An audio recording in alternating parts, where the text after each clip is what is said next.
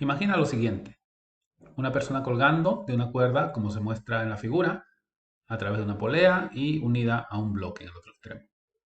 Este sistema puede ser utilizado, por ejemplo, para escapes en caso de emergencia, incendios, terremotos desde un segundo piso o simplemente para diversión.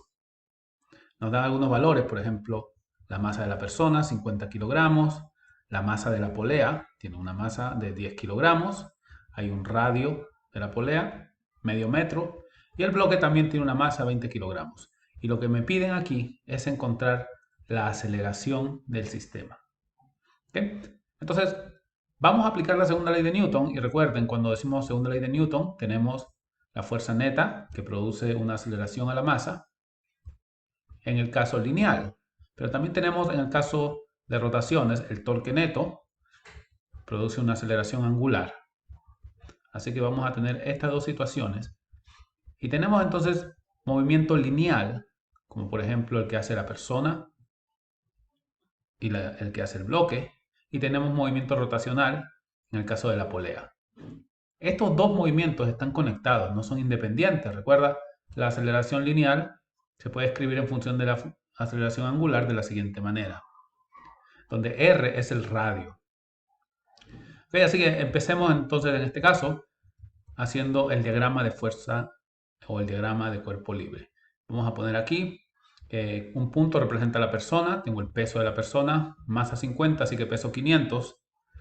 Tengo una fuerza de tensión debido a la cuerda. En la polea también tenemos una fuerza de tensión hacia abajo, Ft1, de la misma magnitud, sentido opuesto. En el otro extremo de la polea también tenemos una fuerza de tensión, pero esto es muy importante. Cuando la polea es capaz de rotar, de acelerar y tiene una masa considerable, tiene un cierto momento de inercia, las tensiones pueden ser distintas. Así que vamos a poner Ft sub 2. ¿Qué otra fuerza tenemos? En la polea tiene cierta masa, así que tendrá su peso, su propio peso. Y como ustedes pueden ver, tenemos tres fuerzas hacia abajo, ¿verdad? Y sin embargo la polea no cae, no sube. Así que tiene que haber alguna fuerza que equilibre esto. Y será una fuerza normal, justo donde el eje apoya. El disco apoya en el eje, así que el eje hace una fuerza normal. Para el bloque tenemos el peso de 200 newtons, ¿verdad? Porque la masa es 20 multiplicada por 10, 200. Y tenemos la tensión que es Ft sub 2. Ahora bien, entonces tenemos además, hay que recordar que la aceleración para la persona sería hacia abajo, para el bloque sería la misma aceleración, ¿verdad? Porque están conectados por la cuerda, pero hacia arriba. Y para la polea sería una aceleración que no es lineal, sino angular. Entonces empezamos con la persona, el análisis de las fuerzas. Como es un movimiento lineal, tendré la fuerza neta. Las fuerzas que están a favor las voy a considerar positivas. ¿Ok? Las fuerzas que están a favor, como 500 newton, las voy a considerar positivas. Y cuando digo a favor, es a favor de este movimiento, de esta aceleración. Así que hacia abajo es positivo para la persona. Empiezo con 500 positivo. Ft1 se opone a esa aceleración, así que será negativo. Esa es la fuerza neta, la combinación de estas dos fuerzas. Como estoy hablando de la persona, tengo que considerar la masa de la persona, que es 50. Así que tendré igual a 50 por la aceleración. Estamos usando la segunda ley de Newton en el caso lineal. Para el bloque ahora, tendré similar estas dos fuerzas, las que están a favor, como Ft2, positivas, las que están en contra, negativas. Esa es mi fuerza neta. La masa del bloque es 20, así que 20 por la aceleración. En el caso de la polea, ¿verdad? Es el tercer elemento que hay que considerar. Tengo muchas fuerzas, pero la polea está en equilibrio lineal, ¿verdad?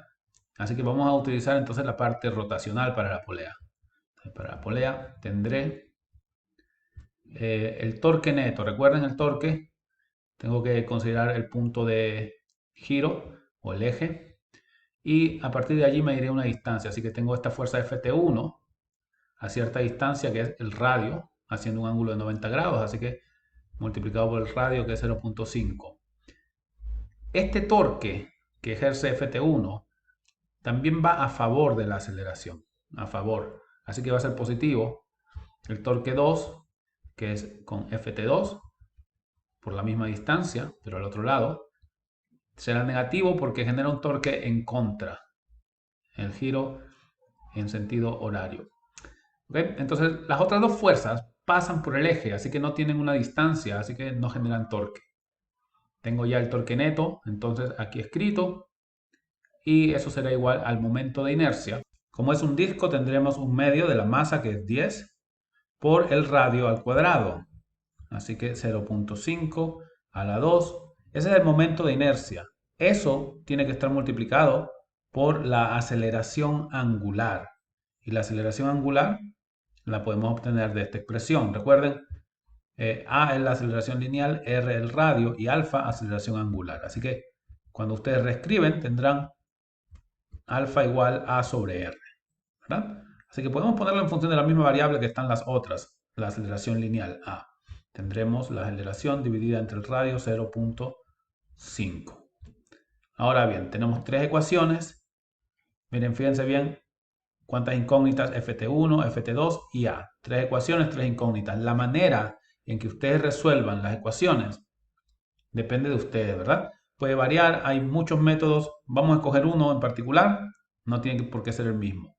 Así que primero empiezo simplificando un poco aquí, 0.5 con este cuadrado, 0.5 divido ambos lados de la ecuación entre 0.5 y me quedaría entonces Ft1 menos Ft2 igual a la mitad de 10, que es 5, por la aceleración.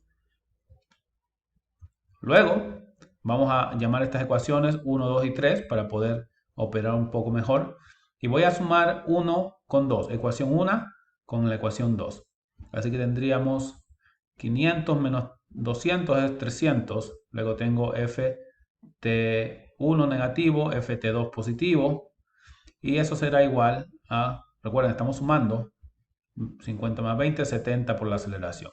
Ok, ¿cuál es la ventaja de escribirlo así? Fíjense que ahora puedo simplificar Ft1 y Ft1, Ft2 y Ft2 se cancelan y tendré solamente 300 igual a 75A.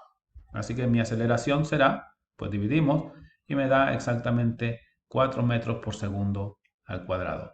Entonces, así es que utilizamos las ecuaciones para resolver problemas como este. Este dispositivo es llamado la máquina de Atwood. Involucra movimiento lineal, involucra movimiento angular.